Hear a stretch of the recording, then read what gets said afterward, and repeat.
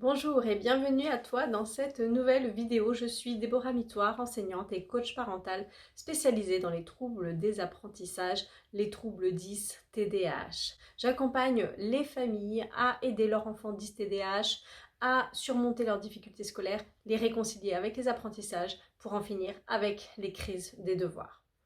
Dans cette vidéo aujourd'hui, je vais te partager 3 conseils pour motiver ton enfant à faire ses devoirs. Qui n'a pas déjà entendu son enfant dire « Non, je ne veux pas faire mes devoirs », refuser de faire ses devoirs, refuser de se mettre au travail. Du coup, nous, parents, on perd patience, on crie et les devoirs deviennent chaotiques. Eh bien, aujourd'hui, ces 3 conseils vont te permettre de remotiver ton enfant à faire ses devoirs.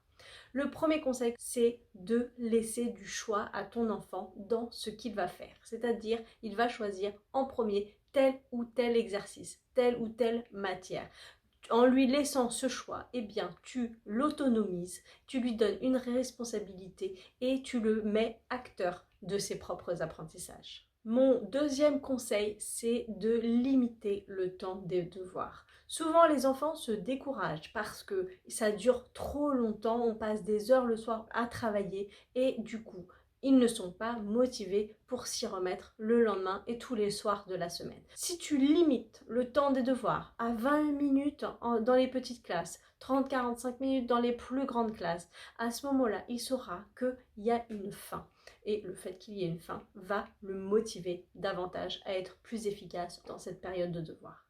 Si le temps de devoir s'annonce trop long, très souvent, eh bien, je t'invite à rentrer en contact avec l'enseignant afin de voir s'il peut y avoir une adaptation sur la quantité de devoirs.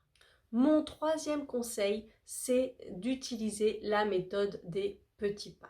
Un enfant qui se démotive pour travailler, c'est un enfant qui se sent en difficulté, qui n'est pas en réussite.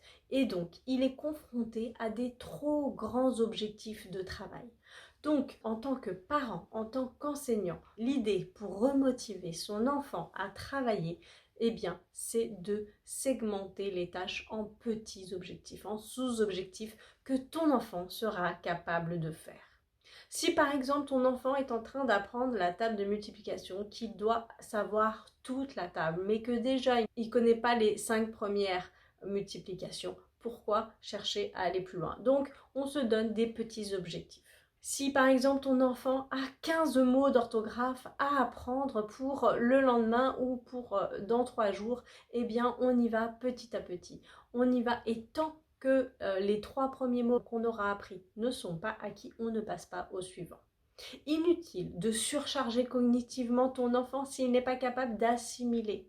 C'est qu'il n'est pas prêt encore pour intégrer ces nouveaux apprentissages. Il faut donc laisser le temps à son cerveau d'assimiler les nouvelles connaissances.